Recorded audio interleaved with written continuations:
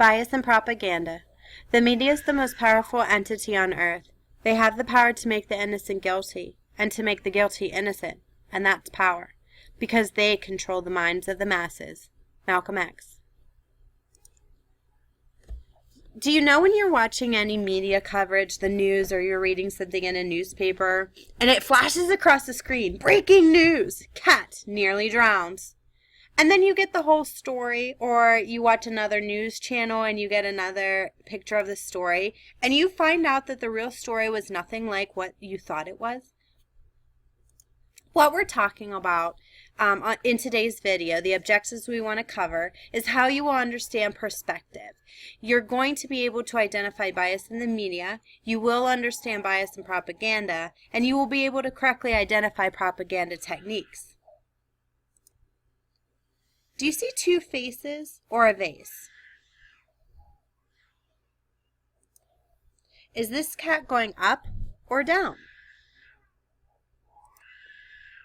What do you see here in this image? Are you focused on the image in the forefront, or are you focused on the image on the back? They might just be piles of everyday junk and bits of twisted metal, but two artists have skillfully arranged them to create incredibly realistic shadows.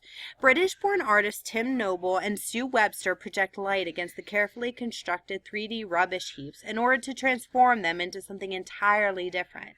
Their work is a good reminder of the importance of understanding perspective, of understanding not only what you are seeing, but how you are seeing it, and why the way you see something may be different than the way someone else sees it. It's all about point of view. So what is mass media? Mass media refers to any means used to transmit communication to a large audience. Mass media includes books, newspapers, magazines, recordings, the radio, movies, television, and the internet. As technology expands in our society, cell phones, video games, etc., the ways in which messages can be sent and received will increase. Lies disguised as fact. Bias is a preference, an opinion, or a tendency. Every news report, every newspaper article, and every book has half-truths, exaggerations, or some kind of bias. Bias is most easily seen in product advertisements, political advertisements, and speeches. The person watching, listening, or reading must make the decision. Understanding bias. Bias is not necessarily bad. Bias needs to be recognized as opinion and not fact. It's when opinion is mistaken for fact that problems can occur. Identifying bias. When receiving a message, you must make decisions based on the quality of facts. In order to do this, you must ask, who is the presenter and what are his or her associations? Does the presenter have anything to lose or gain in delivering the message? Who is paying to produce the message? What are the presenter's sources of information? Are they reliable? How is the presenter communicating the message? Is it a fair presentation? The speaker. Understand who the speaker is representing and their beliefs. For example, Democrats will promote the beliefs of the Democratic Party, and Republicans will promote the beliefs of the Republican Party. Personal gain and interest. Many individuals or companies have something to gain or lose when they present information, such as money, reputation, and power. The source of information. Presenter sources of information can be reliable or unreliable. Careful thought must be given to where the information comes from when a presenter is gathering information. The Internet has a wealth of information, both reliable and unreliable. Sites that end in .org, .edu, and .gov are often more reliable than sites that end in .com. .com means commercial. Fair presentation. Biased presenters do not report all the facts, or they distort the facts using propaganda techniques. Propaganda techniques are methods used to promote or sell a bias. These techniques play on the viewer's emotions and attempt to persuade the reader. It is important to look for facts that support both sides of a message. Where can you find bias? The short answer? Everywhere. Commercials on TV, movies, and the internet. Political speeches given by politicians. Documentaries, films that report on reality. Editorials, opinionated messages found in newspapers that attempt to convince the reader. How can you break free from being tricked by bias? Research issues. Consider both sides. Question what you read and hear. So what is bias? Bias, a noun, is a particular tendency or inclination, especially one that prevents unprejudiced consideration of a question. A bias is a prejudice. Everyone has an opinion. Look for evidence that supports a point of view or an agenda. An agenda is a hidden motive, a secret plan, a secret intention, a hidden ploy, or an ulterior motive. What is the author's opinion? It is likely that he or she is trying to make you agree with him or her by persuading you. How do you recognize bias? Look for opinions, loaded words, faulty or illogical reasoning. Loaded words. Think of the denotation and connotation of words. The denotation is the dictionary definition of a word. The connotation are the emotions and images associated with a word.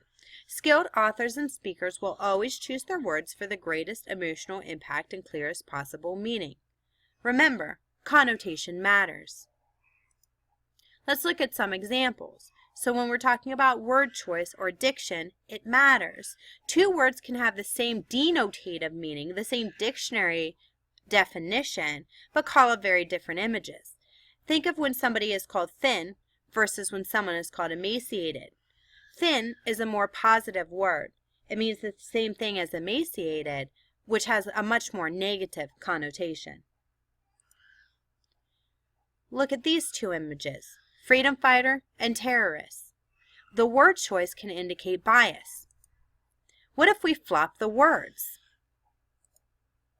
Joseph Stalin was the dictator of the Union of Soviet Socialist Republics, the USSR, from 1929 to 1953.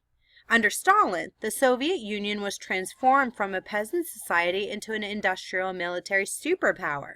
However, he ruled by terror, and millions of his own citizens died during his brutal reign. Born into poverty, Stalin became involved in revolutionary politics as well as criminal activities as a young man. After Bolshevik leader Vladimir Lenin died, Stalin outmaneuvered his rivals for control of the party. Once in power, he collectivized farming and had potential enemies executed or sent to forced labor camps. Stalin aligned with the United States and Britain in World War II, but afterward engaged in an increasingly tense relationship with the West known as the Cold War. After his death, the Soviets initiated a de-Stalinization process.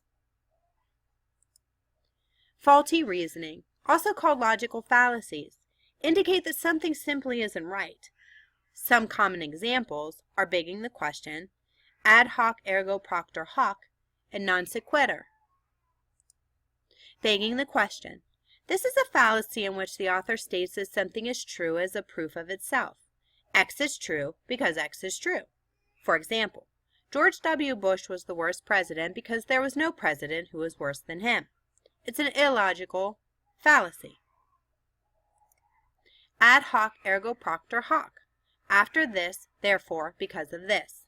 Implies that one thing caused another simply because of their chronology. It confuses the cause and effect relationships. For example, things went bad after Mr. Smith became CEO. Therefore, it was his fault things went bad. Non sequitur. It does not follow. The conclusion has no connection whatsoever to the argument. For example, you should elect me as your leader because I make the best ice cream sundaes. Propaganda is the systematic attempt to manipulate people's opinions, attitudes, beliefs, and actions with words, images, usually through mass media. Propaganda is used to make what the speaker or author says or writes more convincing. It appeals to emotions, and it's not always logical. Propaganda and persuasive techniques. People use propaganda to make what they say or write more convincing. Propaganda appeals to emotion. Propaganda is not always logical. Let's look at some examples. The bandwagon. Everyone else is doing it, so I should too. A testimonial. A famous person is used to try and influence you to do or buy something. Sometimes these techniques overlap, or more than one is used at a time. Glittering generalities use words that are patriotic, attractive, or catchy, but don't really say anything. Loaded words. Using emotionally charged words to produce strong positive or negative feelings. Politicians are low down and dishonest people. Loaded words, low down, dishonest. Stereotype. Uses commonly held but oversimplified or unfair images of a group to make a point which isn't true. All English teachers read Shakespeare in their spare time. They have no fun. Broad generalization. Making a broad statement that something is true about members of a group. Everyone says that no one in America watches soccer. Guilt by association.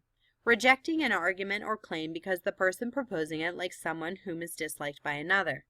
Hitler liked dogs. Therefore, dogs are bad. New and different. The mistaken assumption that an idea is good just because it is new. Cause and effect. Assuming that the effect is related to a cause because the events occur together. When the rooster crows, the sun rises.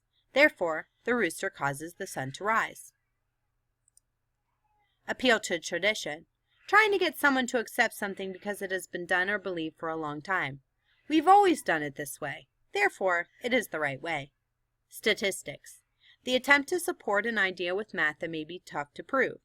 85% of statistics are made up on the spot. Negative propaganda. Some propaganda techniques are negative. Positive propaganda. Some propaganda techniques are positive. Is this a negative or positive propaganda technique? What is the bias?